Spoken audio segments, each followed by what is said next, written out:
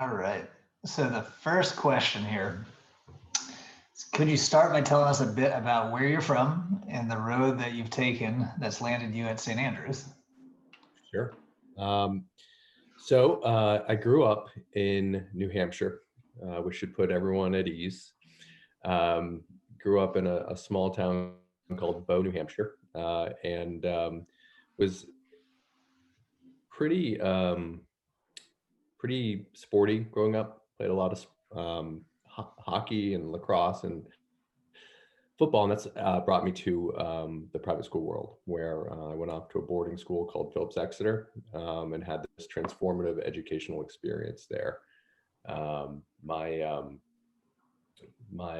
I was the first man in my family to graduate from high school, and so I had this um, really strange awakening in private school, where my world got much bigger than it was, because I went to a place that had so many people from different parts of the country and the world, and so many backgrounds and interests, and it really challenged the way I saw the world. And that's where I got interested in school.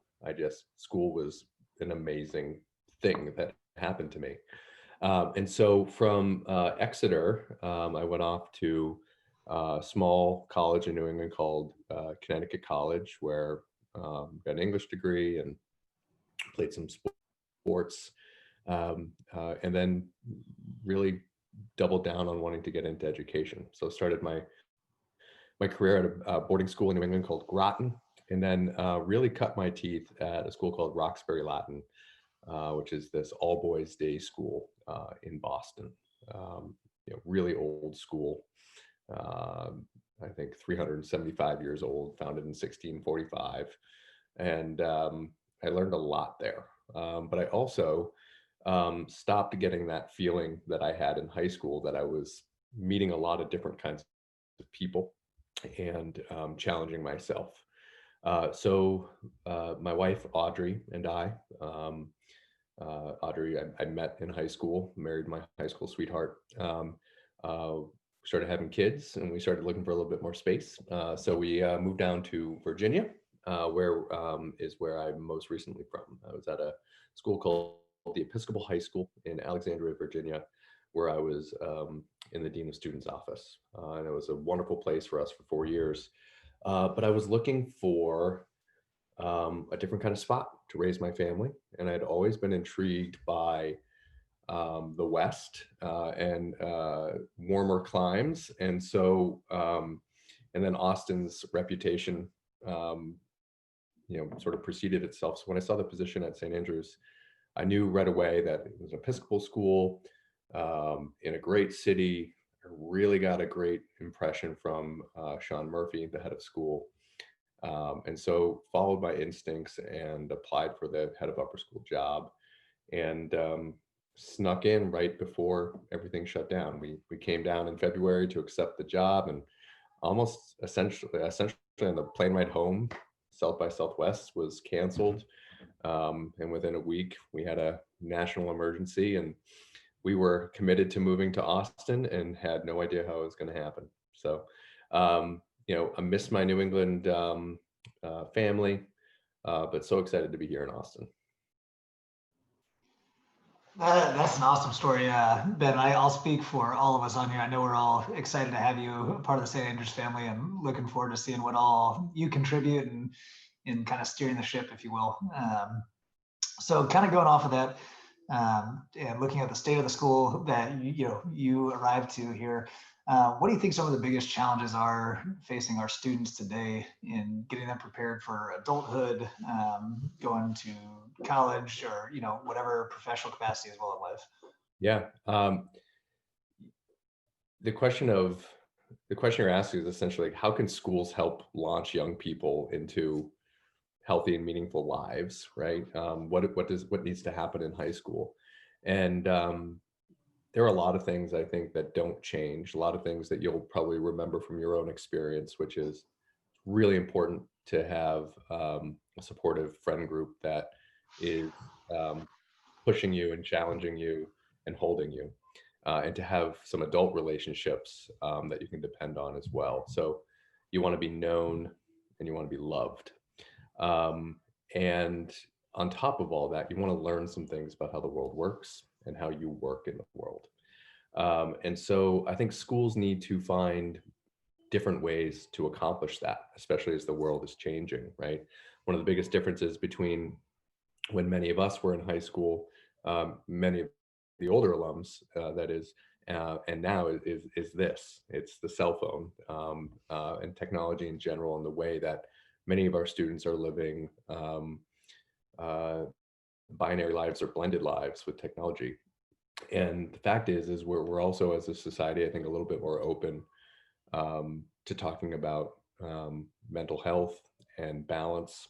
And so we have so many more students now who I think are um, under different kinds of pressure and stress to succeed or to balance all that, all that there is. There's so much more choice now, it seems, for a young person to manage. And so one of the things that we can do as a school is to help young people manage their choices, help them make healthy decisions about relationships or their connection to their favorite activities, um, and also kind of steer them towards making sure that at this really important time in their life, they're trying enough different things, right? This is why the four pillar model at St. Andrews is so appealing to me. When I was on my tour and I'm seeing there in the chapel, I don't know if this was there when many of you were there, but it says athlete, scholar, servant, um, artist, and that really speaks to my own commitment to a generalist approach to high school education.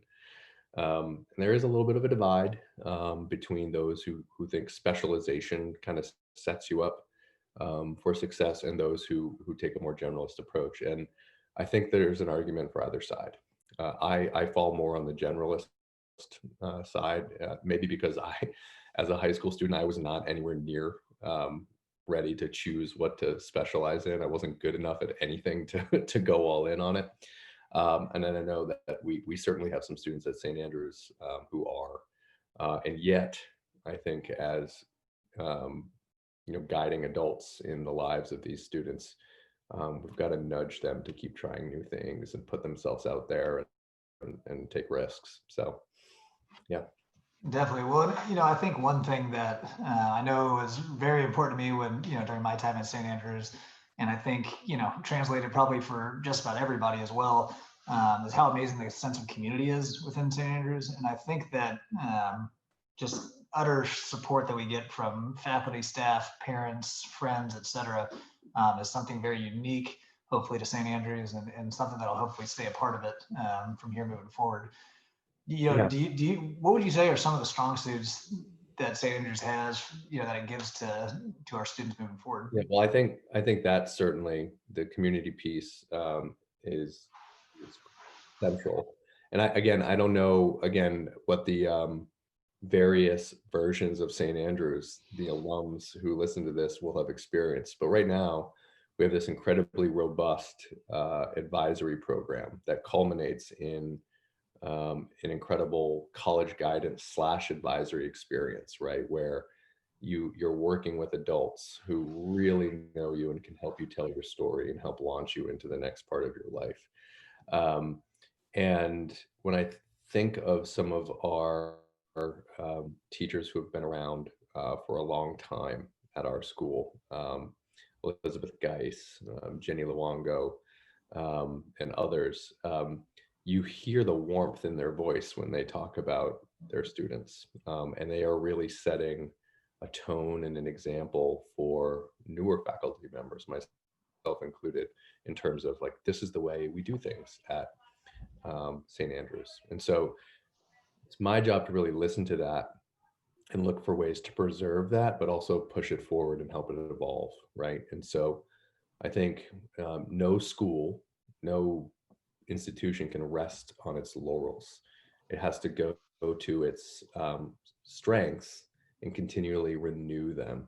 And so the community piece is really interesting, right? So how do we in a world that has changed a great deal, right? In the early 2000s, there was a little bit of the Wild West in schools, right? Not nearly as much oversight. Like there are a lot more like sort of homegrown experiences. I was actually recalling just some of the stories some of the alums I met last week were sharing about just things that happened on campus in the early 2000s that now sound really fun, but also like a liability, right? The world has changed. So how do you maintain, how can you become a more professional kind of place, while also maintaining the warmth and personality that so many people value? And I think some of it is setting up systems, prioritizing relationships in teaching, making sure that people feel included.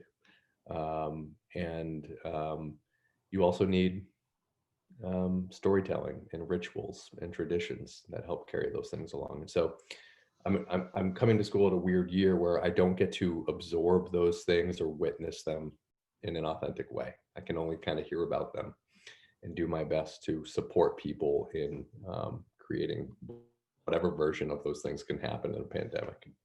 So the other thing I think we do really well is um, uh, balance the opportunities our students get in day to day and week to week. I've seen the same kids performing music and playing sports.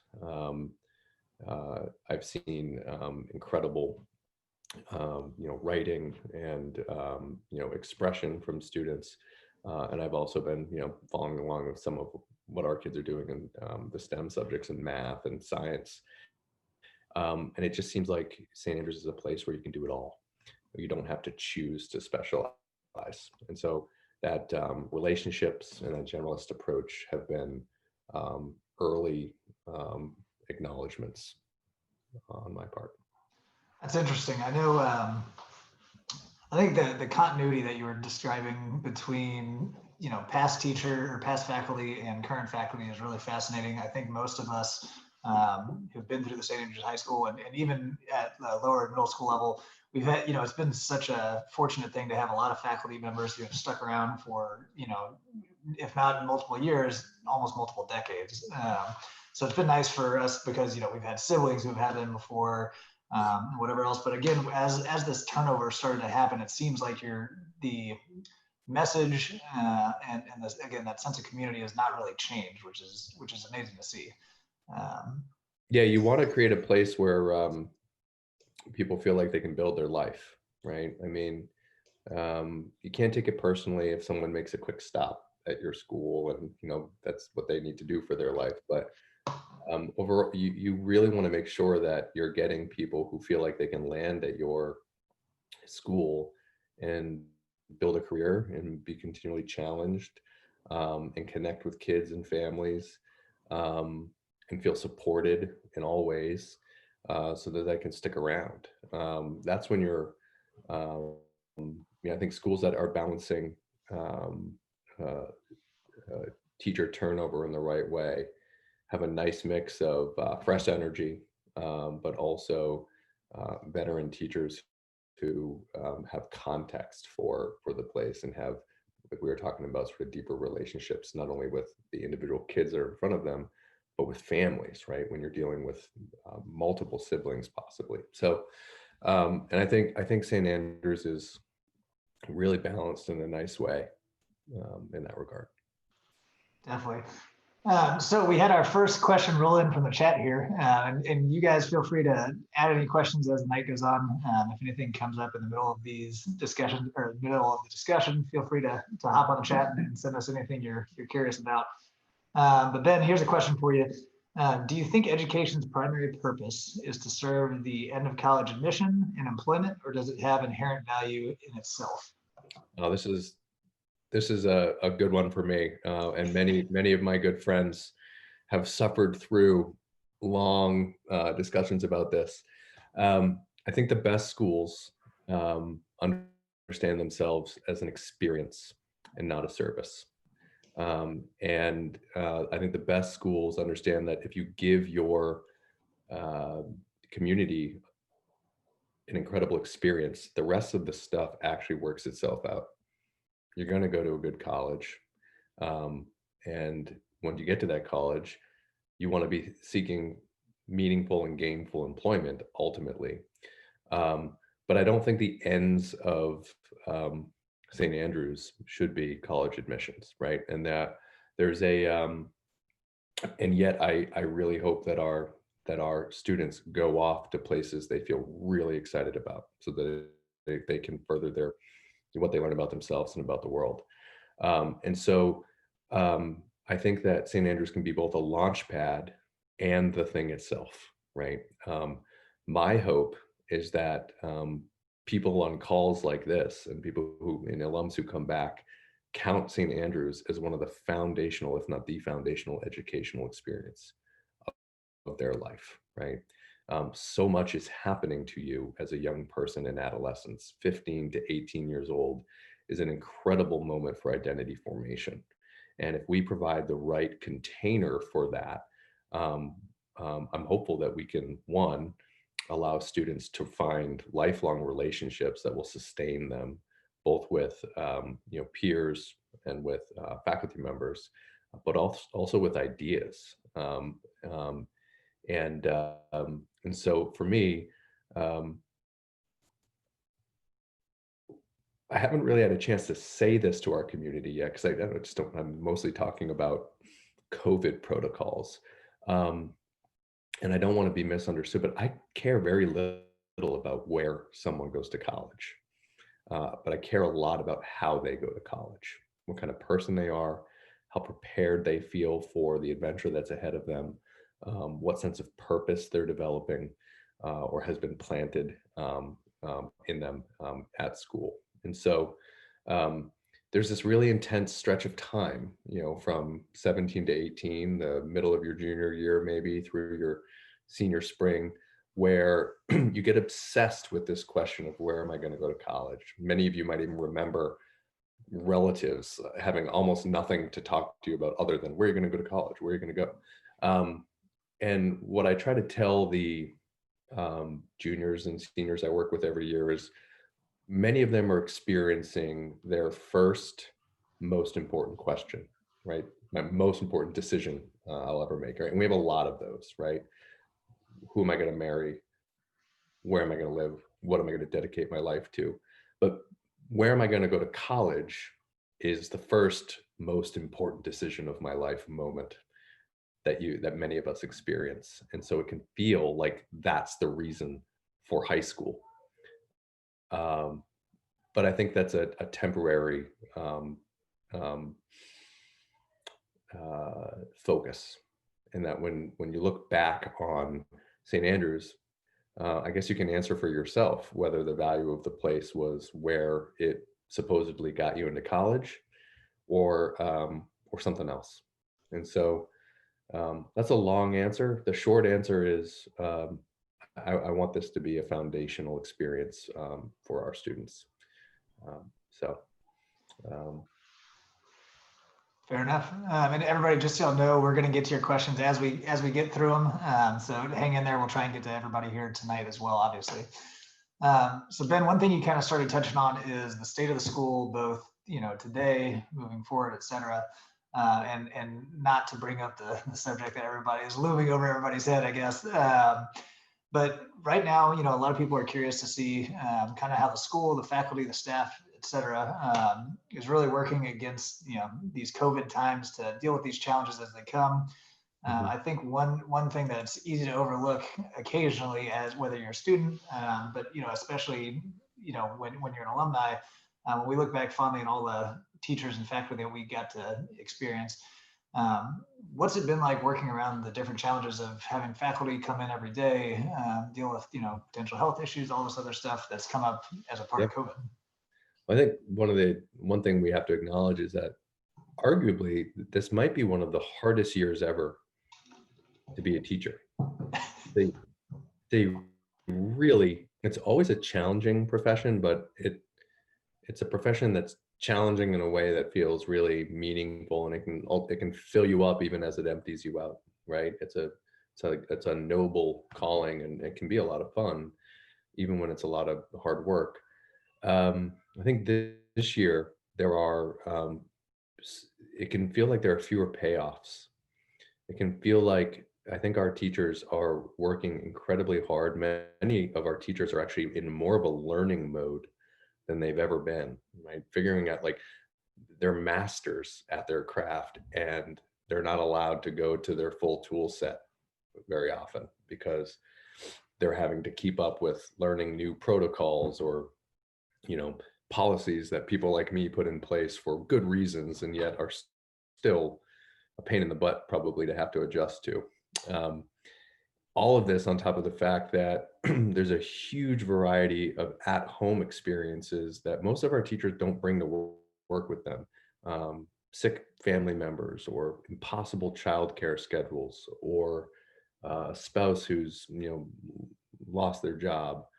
And and those things weigh heavy on anyone. And as a teacher, it weighs especially heavy because you're trying to bring your best self every day to the kids that are in front of you. And I don't know how some of them are doing it. So part of my job, I got to wake up every day and think, how can I support my team, right? And in my particular, that's what a principal should be doing every day. But in my particular position, because I'm brand new here, I also have to say, like, how can I get these people to trust me? How can I like, how can I get these people to trust me enough to ask for help? Um, to trust me enough to tell me the truth.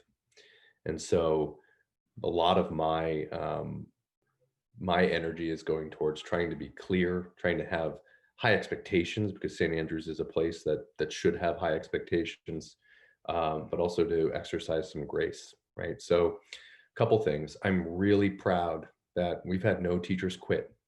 Our opening plan is not without fault, and it's going at a pace that some people think is too slow and some people think is too fast. My faculty as well is divided on those things, but no one's quit, and I'm proud of that. And we have 4 faculty members who are working remotely, and that's really challenging. Um, and no one's been let go, right? Instead, we've hired long-term subs. We've invented a different kind of position to help these faculty members remain remote and still keep those vital relationships alive. We're operating on a 4-day academic week with this Wednesday, which is not a day off at all. It's actually just the time for the faculty and the administration and the students to do everything you do in a regular school day that's not academics. Like think about clubs, you know, think about special programming. On my end, it's faculty meetings, it's one-on-ones. Our teachers are grading, planning, making Loom videos to show the next day. But I still think that Wednesday breather has been a way to support faculty.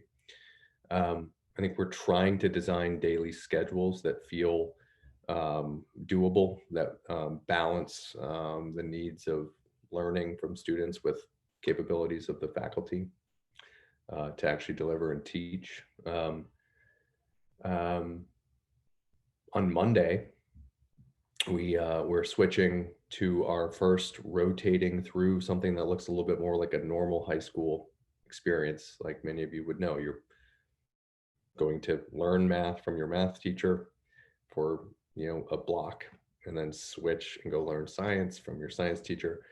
Our kids haven't done that this year.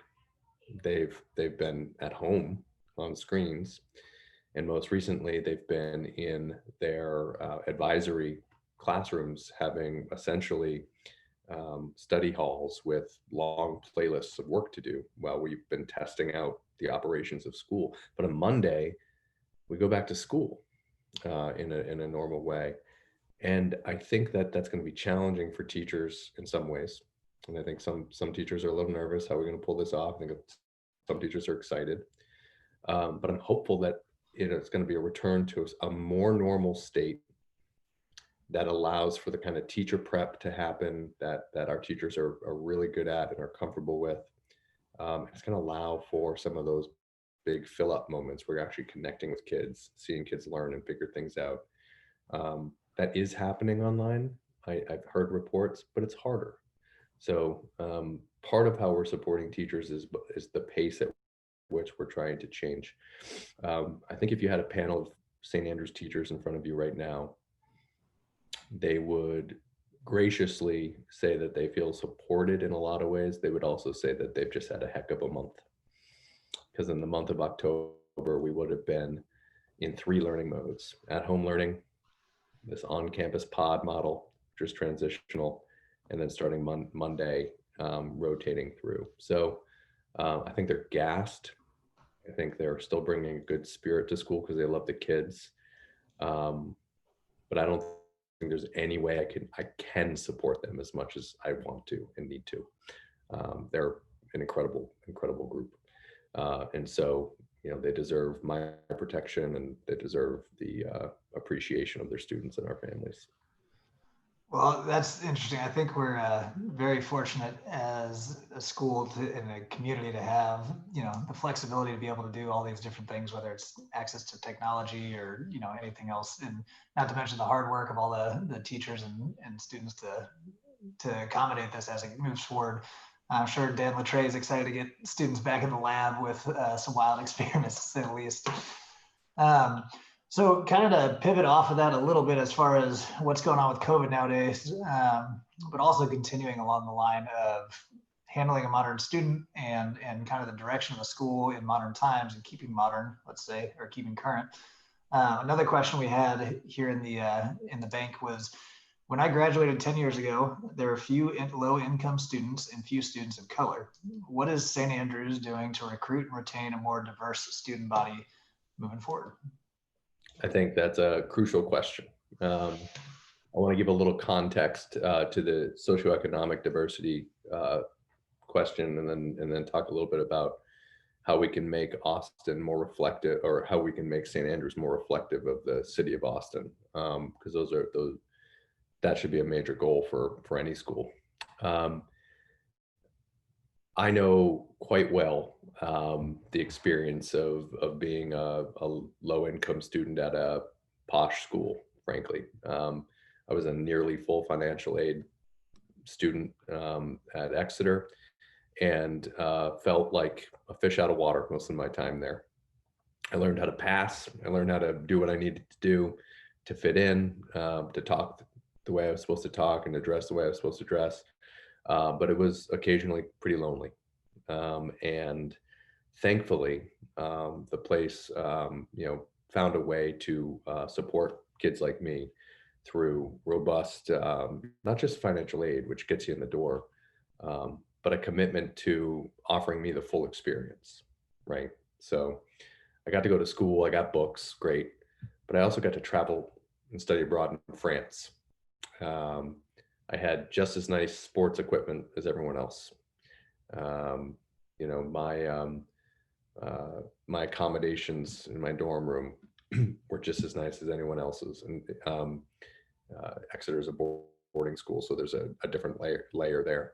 Um, and so I learned a little bit about the way a school needs to support the full experience. And so one of the things that we need to do at St. Andrews is to continue to build upon our efforts to build our financial aid capabilities, but also to make sure that we have policies in place that don't just get kids in the door, but also helps them out the door, and along the way ensures that they can have the full experience, right? There are so many quiet moments in high school where kids step back when we want them to be stepping forward. And many times they're stepping back because they're not sure if they have the support, or if it's safe, or if they're going to fit in, right? And so part of it is making sure that we put our money where our mouth is. Another piece has to do with making sure that the people at the school continually grow in their awareness of what it might be like to be at that school, if you're, you know, the back, right? And so right now, like so many schools like St. Andrews, we're having to really look in the mirror and ask, what's it like to be, you know, a woman who works here? Or what's it like for a first generation, potentially first generation college family, or a student of color, or an athlete, or someone who's gay, right? Where where do these people see themselves in the life of the school? One area where we have to make sure that a student can see themselves mirrored is in the teachers and the staff and the school leadership. And so I know for some, there was a missed opportunity when hiring for my position not to tackle that head on and make a different kind of statement about who's leading the school. And that would have been an important statement to make. And obviously, I'm happy to be here for all the reasons I've been talking about. But we got to make sure that we're hiring and admitting people who fit our mission, who care about all the relationship stuff that we've been talking about, who care about providing a generalist background or experience for our students. But we have to make sure we're getting people from different walks of life. And so what are we doing about it? Well, in some respects, we're having conversations that have been long overdue, that we haven't had. We have defined positions in school that are focused on belonging and inclusion. We have defined programming that becomes part of our experience for every student. Just today, the whole ninth, or yesterday, Wednesday, the entire ninth grade had a launched into trying to figure out who they want to be as people and as a class, thinking about inclusivity. And so, we've got to get that piece right. We also have to get savvy about where we're looking for applicants. We have to get savvy about where we go to hire and what assumptions we might have at the beginning of those processes and during those processes that might prevent us from seeing candidates in the best way. So there's so much effort that we have to put in. But it comes down to this, to me, is we want to be excellent. We want to be good. And if you're limiting your pool of contributors, be they students or employees, you're not going to find the best people, right? So diversity in every respect is going to make us a stronger and better place. And I mentioned earlier that I have an athletics background. I'm super competitive. And once I define a goal for our community, and the community helps me to define those goals, whatever winning looks like in that context, I want to hit it. I want to get there. And so part of what the alumni body can do on behalf of St. Andrews is to express very clearly and consistently to the school leadership, like me, Sean Murphy, the board, what kind of place you want St. Andrews to be, what do you want it to look like and feel like, and for who. Sorry, keep talking. I didn't want to interrupt. No, that's it. Fair enough. Well, so that's interesting. Going off of that, I know one thing you and I have talked about in the past, particularly, is the fact that we're blessed to have a constantly growing and growing more rapidly base of alumni here. But at the same time, we haven't had that big of a group to be pulling from. With the youth of the alumni base as a whole, and in addition to that, only having a handful of years, really coming out of the high school. You and I have kind of discussed a little bit about how we haven't totally defined what our identity is as a school or as an alumni base. Moving forward, what can alumni do to help kind of contribute back to that, as far as establishing an image and working with students, faculty, parents, etc. Yeah, we have such a great opportunity. We're at this inflection point, right? We're 20-something years old. We've got our oldest alumni just sort of kicking into gear and getting into mid-career, starting to get nostalgic about their high school experience, wanting to check back in. But we also, so we have tons of opportunity. We're also at this point where I think if you think about how our school runs from a business standpoint, is that we are necessarily really focused on our current families, right? We're tuition driven, right? When it costs money to come to St. Andrews, and that those dollars pay for primarily actually for paying our people, and then also for program. And then we have annual giving, where we ask, parents to be generous as they can, to either fill the gap between our operation costs and what tuition can provide, um, or sometimes for special projects. But the thing that St. Andrews um, is developing, that maybe a more mature school like the one I went to, I talked about Roxbury Latin, which is 375 years old, right? So you can think about just like how many alums that school has generated over the years, or think about, depending on where you went to college or university, think about what the experience of being an alum of that place is like, right?